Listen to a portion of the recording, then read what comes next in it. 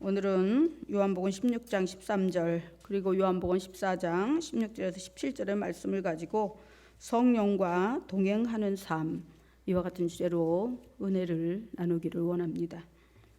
오늘 이 시간에는 성령님에 대해서 말씀을 드릴까 하는데, 성령님에 대한 말씀을 듣다가 이미 성령 세례 받은 분은 재충만의 역사가 일어나고, 성령 받지 않으신 분들도 성령의 은혜와 능력이 뜨겁게 임하는 시간이 되시길 바랍니다.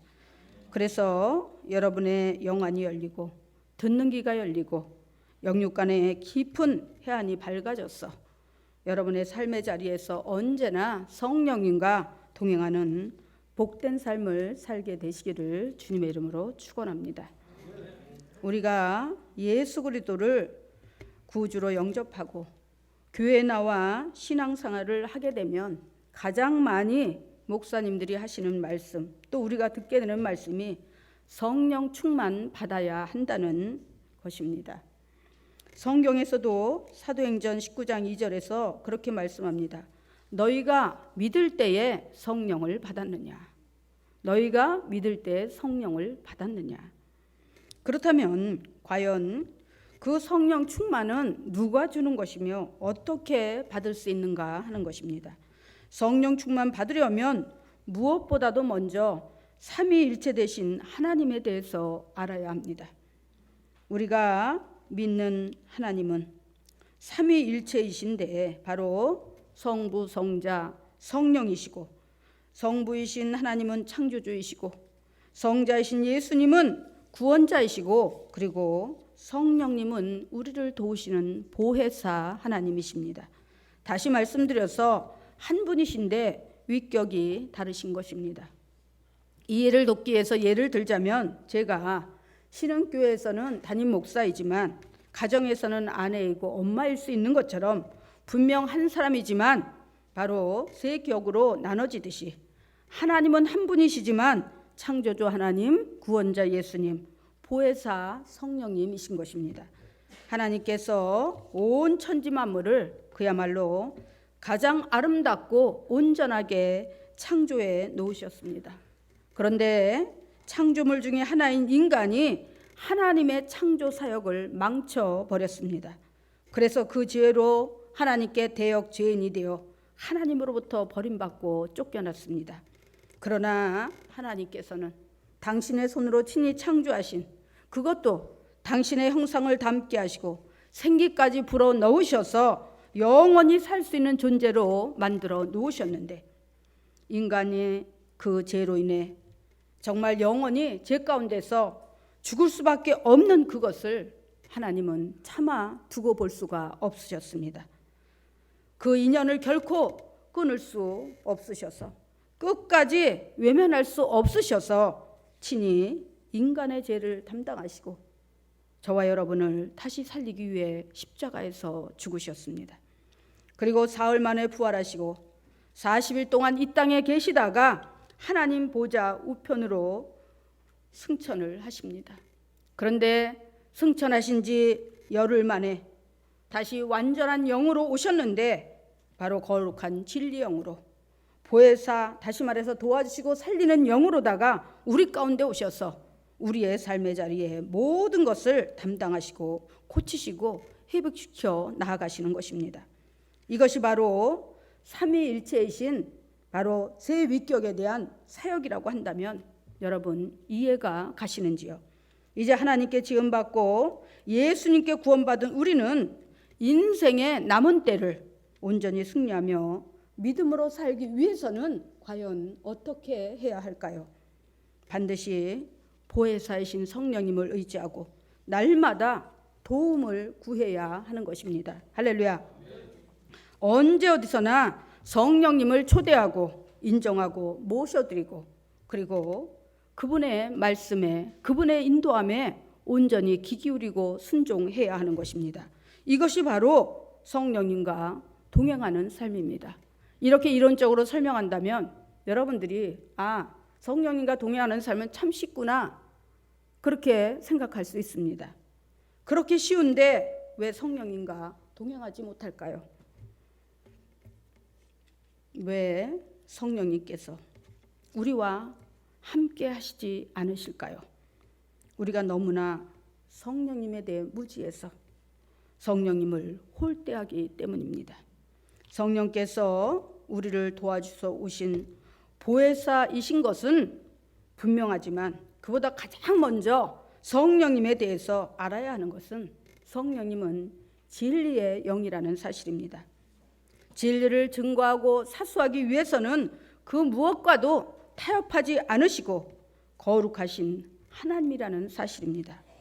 그 성령님과 함께 동행하기 위해서는 우리가 가장 먼저 해야 하는 것이 있는데 바로 거룩함으로 준비되어져야 된다는 것입니다. 할렐루야. 그렇다면 거룩하기 위해서 바로 진리의 영이요 지혜의 영이요 생명의 영이신 그 성령님을 우리 안에 모셔드리고 그 성령 안에서 우리가 믿음의 승리와 성공을 누리며 살려면 과연 어떻게 해야 될까요? 첫째로 회개와 돌이킴이 있어야 하는 것입니다. 요한복음 16장 13절에 보면 그렇게 말씀하십니다. 그러나 진리 영이 오시면 그가 너희를 모든 진리 가운데로 인도하시리니. 세상에서도 무슨 일을 하려면 우선 배워야 합니다. 어느 특정 전문 분야에서 일을 하려면 전문가가 되기까지 공부하고 연구하는 그런 수련 기간이 반드시 필요합니다. 마찬가지로 사단 마귀를 섬기며 살던 세상 자녀에서 만왕의 왕이요 만주의 주가 되신 하나님을 섬기고 하나님의 자녀로 살기 위해서는 우리를 바로 가르치시고 인도하시는 멘토나 매니저가 있어야 하는데 그 일을 하시는 분이 바로 성령 하나님이라는 사실입니다. 그래서 그 성령 하나님께 배우고 성도로서의 자질을 갖추려면 우리는 세상적인 잘못된 태도나 습관들을 내려놔야 합니다. 그러므로 갈라디아서 5장 16절에서 17절에 보면 이렇게 말씀합니다. 내가 이르노니 너희는 성령을 따라 행하라. 그리하면 육체의 욕심을 이루지 아니하리라. 이렇게 말씀을 합니다. 그러면서 육체의 소욕은 성령을 거스리고 성령은 육체를 거스리나니 이 둘이 서로 대적함으로 너희가 원하는 것을 하지 못하게 하려 함이라. 이렇게 말씀합니다. 육체의 욕심은 육신이 원하는 것을 소유하는 마음을 말하는 것입니다. 저 육신의 정욕과 안목의 정욕과 이생의 자랑을 쫓아 살고자 하는 강한 욕구와 의지를 말하는 것입니다.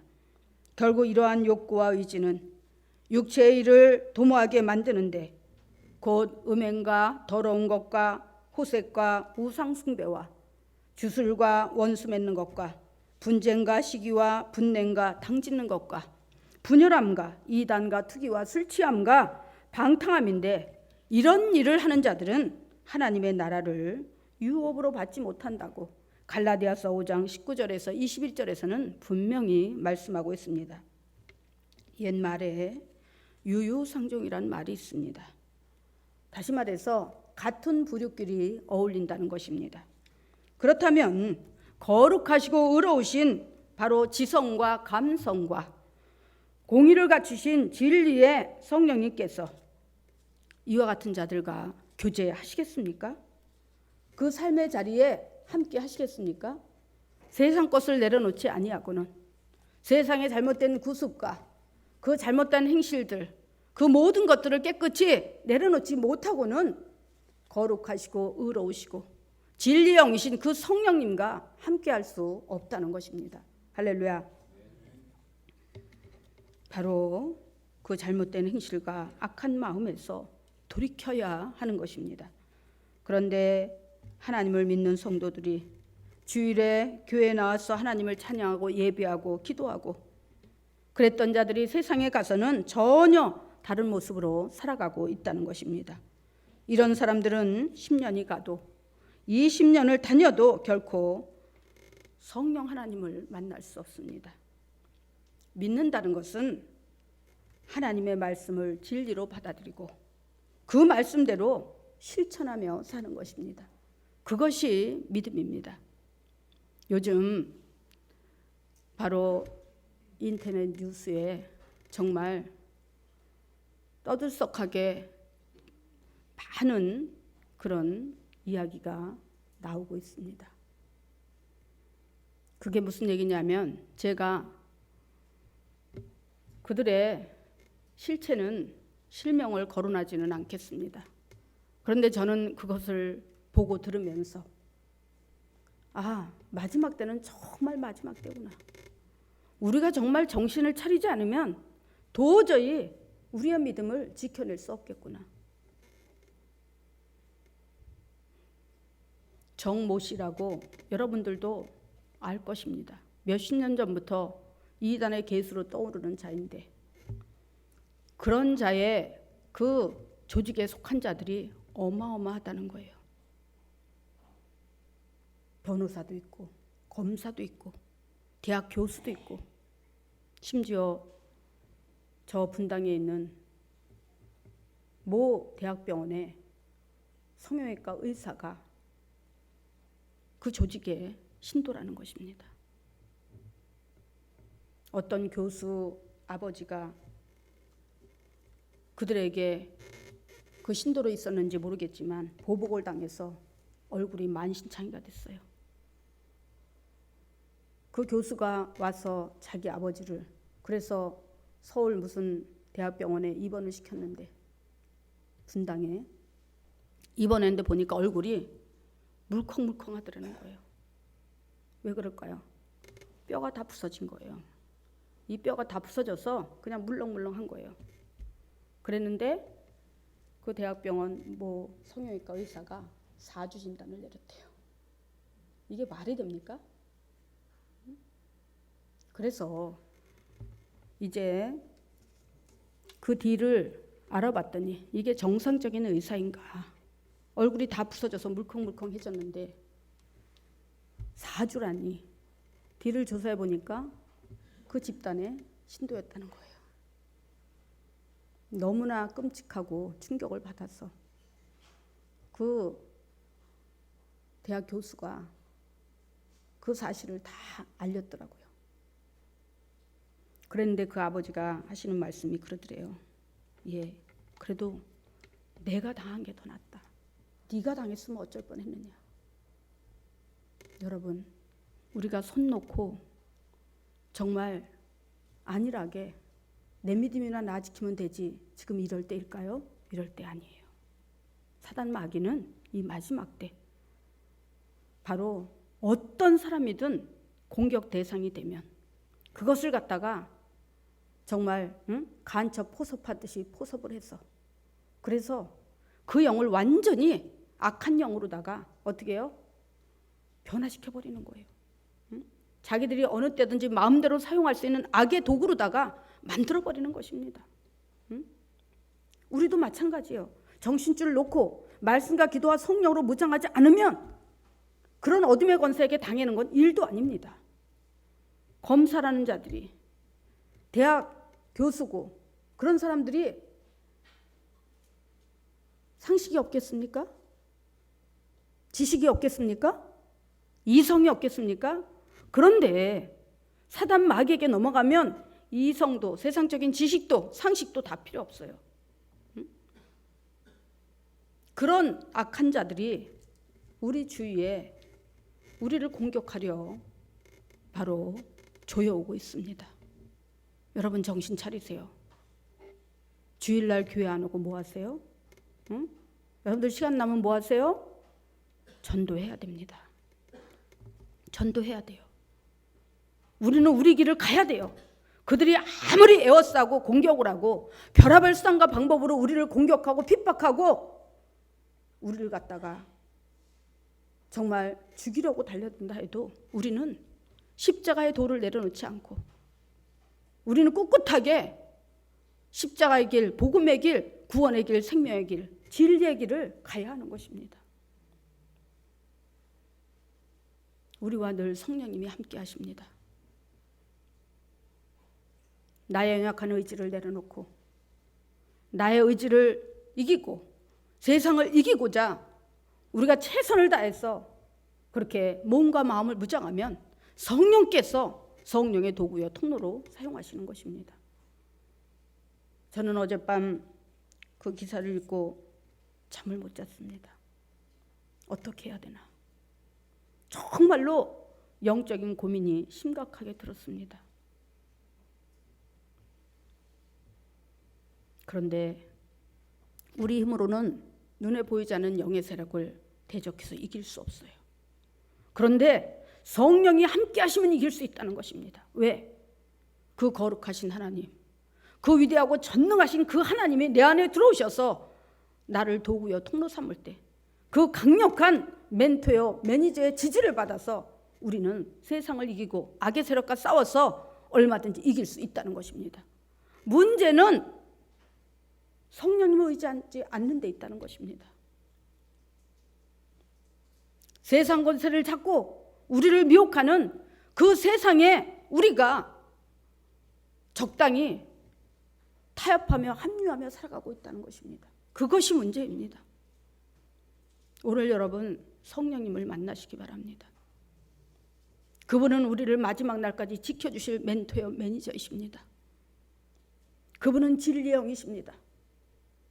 우리가 잘못된 길로 가려고 할 때 우리를 깨달아 돌이키게 하시고 오직 길이요 진리요 생명이신 주님만을 바라보게 만드는 분이 바로 성령 하나님이십니다.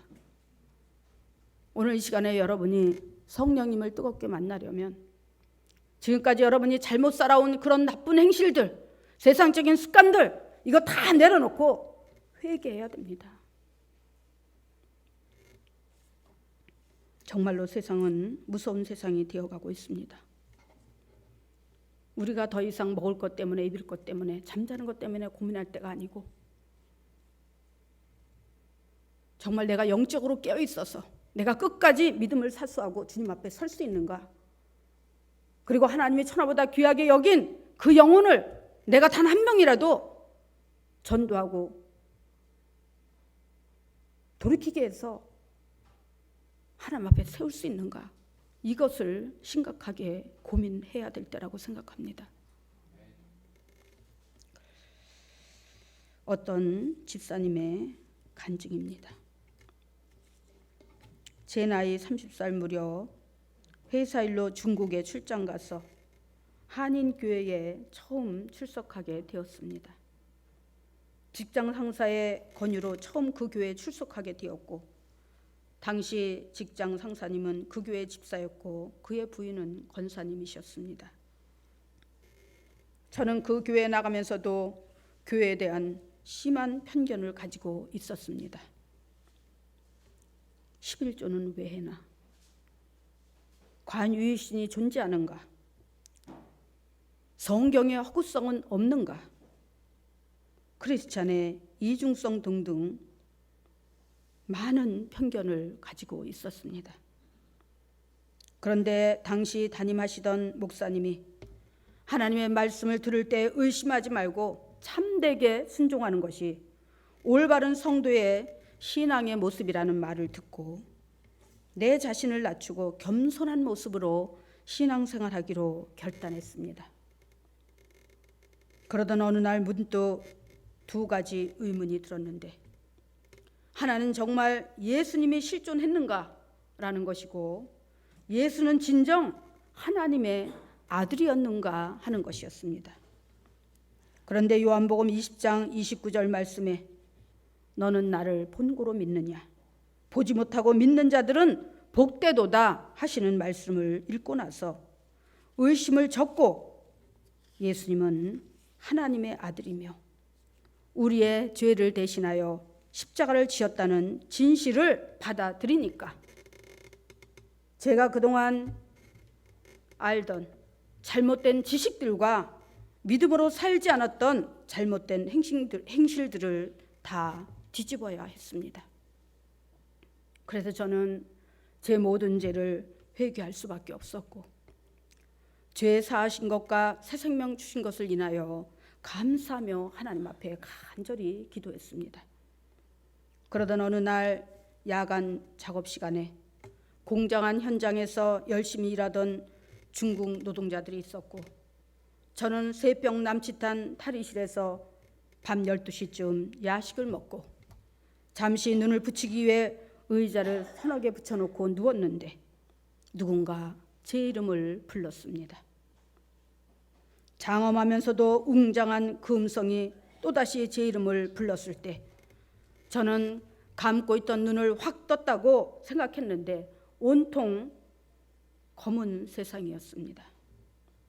그곳에서 한 줄기 빛이 비추더니 그곳에 머리에 빛의 면류관을 쓰고 계신 주님이 서 계셨습니다. 저는 그분을 보는 순간에 저도 모르게 주님이라고 고백했습니다.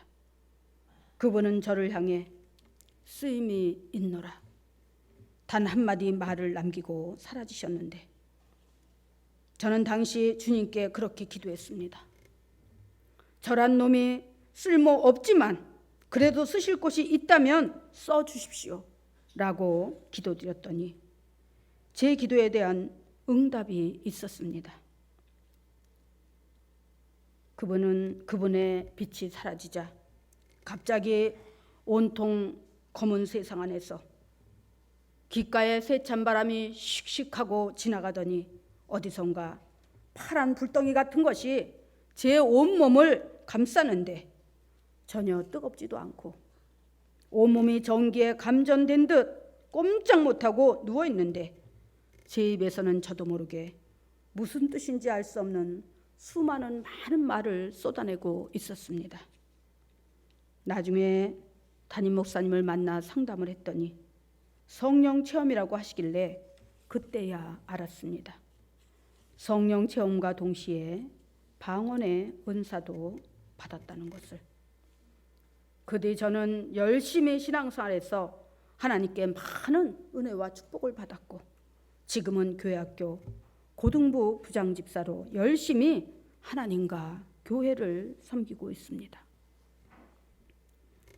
여러분, 여기에 계신 분 중에 성령 세례를 받으신 분들도 있을 것입니다. 그런데 성령 세례를 아직 받지 못하신 분들도 많이 있을 것입니다. 한번 그때를 생각해 보세요. 성령 세례 받으신 분들은 자신의 잘못을 뜨겁게 회개하고 돌이키고자 결단하며 사모하는 마음으로 하나님 앞에 매달릴 때 그때 성령이 임했을 것입니다. 아닌가요? 맞지요? 마찬가지로 저도 30년 전에 성령 체험을 뜨겁게 했습니다. 여러 가지 상황으로 어려운 난간에 직면했을 때 설상가상으로 저희 친정아버지 집사님이 65세 때 췌장암에 걸렸습니다. 이 병에 걸리면 어느 누구도 바로 치유될 수 없다는 것이 일반적인 생각입니다. 그때 저는 하나님께 서원을 했습니다. 아버지 병만 고쳐주신다면, 그 생명을 연장시켜 주신다면 하나님 앞에 순종하고 세상 것 다 내려놓고 똑바로 하나님을 섬기며 그렇게 살겠습니다. 그리고 지난날에 잘못했던 일들을 낱낱이 회개하며 금식하며 기도하다가 불같은 성령 체험과 함께 방언의 은사를 받게 되었습니다. 그리고 저희 친정아버지는 서울 아산병원에서 8시간이라는 긴 수술을 마치시고 그리고 회복하셨는데 그 뒤로 바로 우리 아버님은 22년을 더 사시다가 87세에 소천하셨습니다. 여러분도 실존하시는 하나님을 만나고 싶으십니까? 그리고 그 하나님과 동행하고 싶으십니까? 그렇다면 지금까지 하나님을 믿는다고 하면서 온전히 구별된 삶을 살지 못하고 세상 것과 적당히 타협하면서 그렇게 살았던 모든 것들을 다 내려놓으시기 바랍니다. 회개하고 돌이키시기 바랍니다. 할렐루야. 우리가 물 주전자에다 놓고 물을 끓입니다.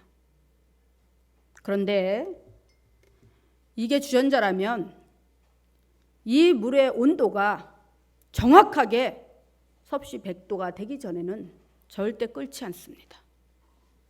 그러면 이 끓는 온도의 그 뜨거운 물과 찬물의 차이는 엄청난 것입니다. 마찬가지로 우리의 마음에 성령님은 와 계시지만 내가 사모하고 인정하고 전적으로 모셔드리지 않고 세상 것과 적당히 타협하면서 세상 것과 구별되지 않으면 성령님은 와 계시지만 이 바닥에서 그저 계실 뿐 여러분에게 아무런 영향력도 끼치지 않으십니다. 그런데 여러분이 그 성령 하나님을 인격적으로 영적으로 모셔드리고 범사에 의지하고 의뢰하면서 여러분의 삶을 돌이켜서 하나님의 뜻에 합당한 거룩한 삶으로 변화되어질 때 그 성령의 불은 타올라서 넘쳐나게 되는 것입니다. 그러면 그때 여러분이 뜨겁게 성령 체험을 하고 방언의 은사가 터지는 것입니다. 할렐루야. 방언은 우리가 영의 언어라고 말합니다. 여러분, 우리 말로만 기도하는 거하고 영의 언어로 기도하는 것은 하늘과 땅 차이입니다. 성령이 충만해지면 그 성령께서는 우리를 하나님께로 이끌어 가십니다. 그래서 하나님의 뜻을 발견하게 하고 그 뜻에 온전히 순종하게 하고 장래에 대한 어떤 두려움과 불안함도 없이 당당하고 자신감 있게 세상을 이기며 신앙생활을 하게 되는 것입니다. 우리가 방언 은사를 받는 것은 한순간의 어떤 카타르시스, 어떠한 신비한 체험을 하기 위해서 받는 것이 아닙니다. 성령 충만 받고 방언의 은사를 받게 되면 내가 이 땅에 존재하는 그날까지, 주님 앞에 서는 그날까지 계속해서 성령님의 인도함을 받고 내 안의 모든 문제들을 성령께서 해결해 주시며 함께 손잡고 나아가게 되는 것입니다. 오늘 분명 사도행전 2장 17절에서는 그렇게 말씀합니다. 말세에 내가 내 영으로 모든 육체에게 부어주리니 내 여종과 남종에게 부어주리니 너희의 자녀들은 예언할 것이요 너희의 젊은이들은 환상을 보고 너희의 늙은이들은 꿈을 꾸리라 이렇게 말씀합니다. 할렐루야. 여러분 나이와 상관없이 여러분이 성령님의 인격을 존중하고 그분을 만나고자 하는 간절한 갈망이 있다면 금식하며 회개하며 정말 작정기도를 한번 해보세요.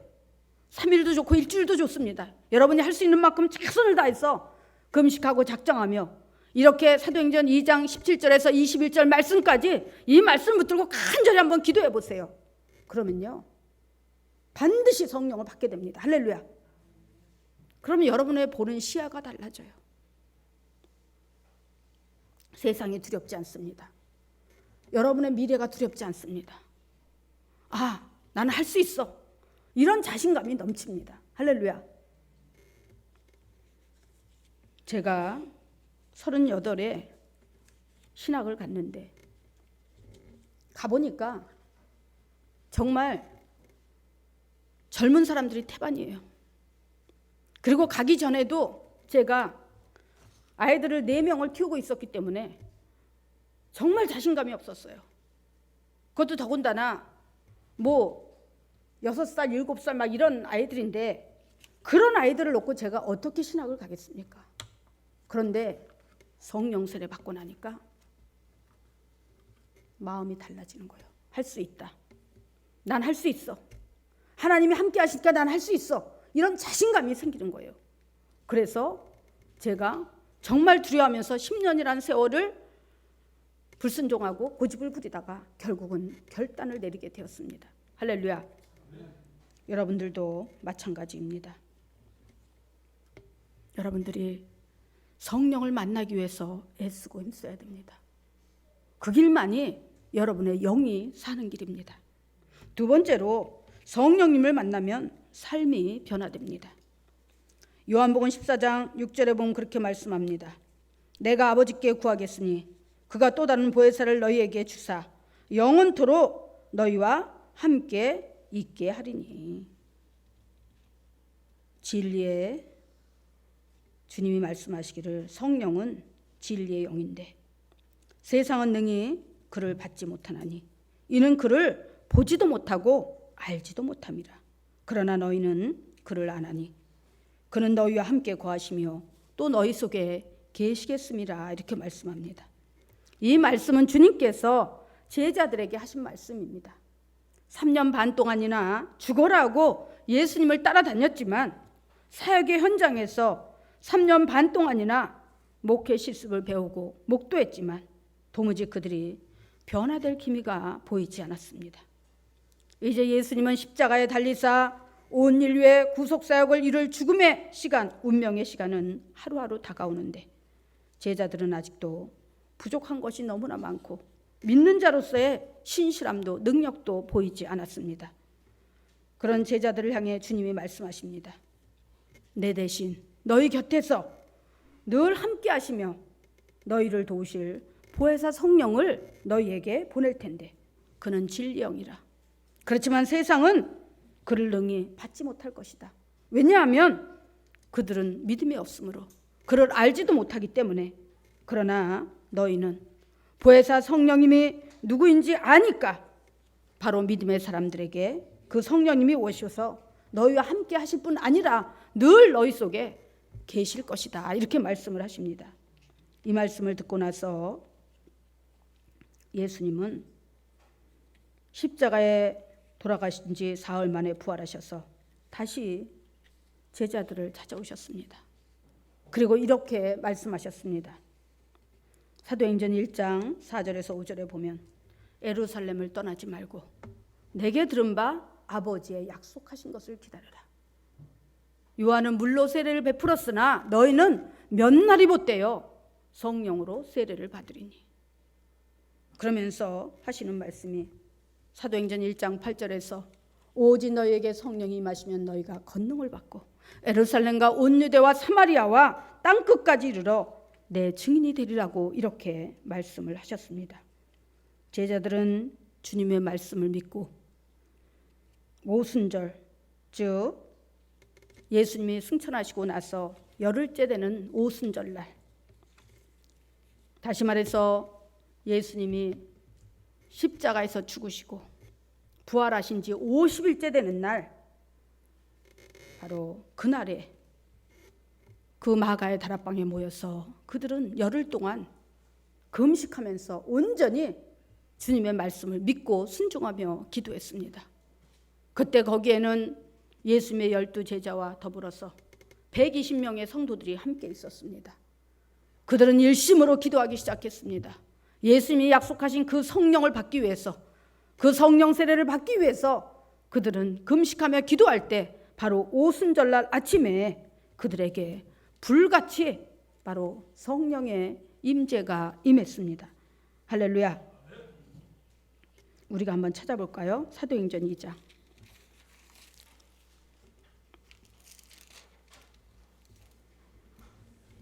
1절에서 4절까지 보겠습니다. 사도행전 2장 1절에서 4절. 시작. 오순절 날이 이미 이르매 그들이 다 같이 한 곳에 모였더니 호련히 하늘로부터 급하고 강한 바람 같은 소리가 있어 그들이 앉은 온 집에 가득하며 마치 불의 혀같이 갈라지는 것들이 그들에게 보여 각 사람 위에 하나씩 임하여 있더니 그들이 다 성령의 충만함을 받고 성령이 말하게 하심을 따라 다른 언어들로 말하기를 시작하니라. 아멘. 오순절날 마가의 다락방에서 기도하다가 성령의 능력과 성령의 은사를 통해 성령님을 만난 제자들과 수많은 성도들은 180도로 변화되어졌습니다. 예수님이 승천하시고 나서 많은 사람들은 두려움에 떨었습니다. 아, 우리를 지도하고 인도하던 눈에 보이던 예수님이 안 계시니까 얼마나 로마의 핍박이 강해질까. 그리고 그때 당시 바로 닥치는 대로 잡아다가 가두고 죽이고 했기 때문에 이 제자들은 정말 문을 꼭꼭 걸어 잠그고 그렇게 숨어 있었습니다. 그런데 예수님의 말씀에 순종해서 성령 충만 받고 나니까 그때부터 이들은 담대함이 생겼어요. 그래서 교회에 모여서 함께 예배를 드리고 또 밖에 나가서 전도를 하고 이러면서 그들이 정말 하나님이 기뻐하고 원하는 그런 담대한 믿음의 사람들로 변화되어졌던 것입니다. 할렐루야. 여러분, 이렇게 성령님을 만나면 지혜로워집니다. 성령 충만받고 깊이 기도하면 하나님의 음성도 듣게 되고 문제도 응답받습니다. 무엇보다도 도와주시고 가르쳐주시고 상담해주시고 위로해주시는 보혜사 성령님을 만나면 인격적인 사람으로 변화됩니다. 믿음도 신실해지고 겸손해지고 사랑의 사람, 바로 관용의 사람으로 변화됩니다. 말씀이신 예수님과 함께 그 말씀에 깨달아지고 진리의 길, 생명의 길, 축복의 길로 인도하시는 성령님을 여러분 반드시 만나야 합니다. 그리할 때 여러분의 신앙생활인데 믿음의 증거들이 나타나게 되는 것입니다. 하나님을 믿는, 바로 하나님이 우리에게, 하나님을 믿는 자녀들에게 하나님은 정말 실질적으로 만나기를 원하신다는 것입니다. 그래서 우리가 그저 그냥 입으로만 주여 주여 하는 것이 아니라 우리의 삶 가운데서 하나님의 함께 하신가, 하나님의 인도하신가, 하나님의 역사하신가, 하나님의 축복하심을 우리가 체험하며 누리며 살기를 원하신다는 것입니다. 그래서 예수님은 우리에게 성령님을 보내주셨습니다. 우리의 눈에 보이지 않지만 우리를 전적으로 책임져 주시고 인도하시는 그 성령님을 보내서 우리가 끝까지 믿음으로 승리하게 하기 위해서 우리에게 보내주셨다는 것입니다. 그래서 우리는 반드시 성령을 받아야 합니다. 할렐루야. 고린도전서 2장 10절에서 11절에는 그렇게 말씀합니다. 하나님이 성령으로 이 모든 것을 우리에게 보이셨으니 성령은 모든 것 곧 하나님의 깊은 것이라도 통달하시느니라. 사람의 사정을 사람의 속에 있는 영 외에 누가 알리요? 이와 같이 하나님의 사정도 하나님의 영 외에는 아무도 알지 못하느니라. 우리가 세상 영을 받지 아니하고 하나님께로부터 온 영을 받았으니 이는 하나님께서 우리에게 은혜로 주신 것들을 알게 하려 하심이라. 할렐루야. 그런데 오늘 이 시간에 분명히 알아야 할 사실이 하나 더 있습니다. 성령 세례를 받고도 기도하지 않고 하나님의 뜻을 따라 살지 않고 세상을 따라 살고 하나님의 뜻이 아닌 자기 소견에 옳은 대로 행하는 자들은 이 말씀을 반드시 명심하시고 성령 세례 주신 하나님의 뜻을 깨닫고 더 늦기 전에 돌이키시기 바랍니다. 우리가 한번 찾아보겠습니다. 히브리서 6장.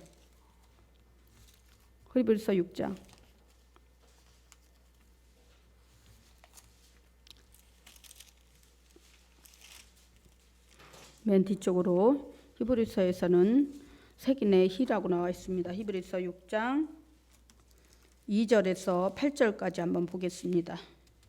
페이지 수로는 신약의 마태복음부터 358면이나 359면에 있습니다. 히브리서 6장 2절에서 8절까지 시작.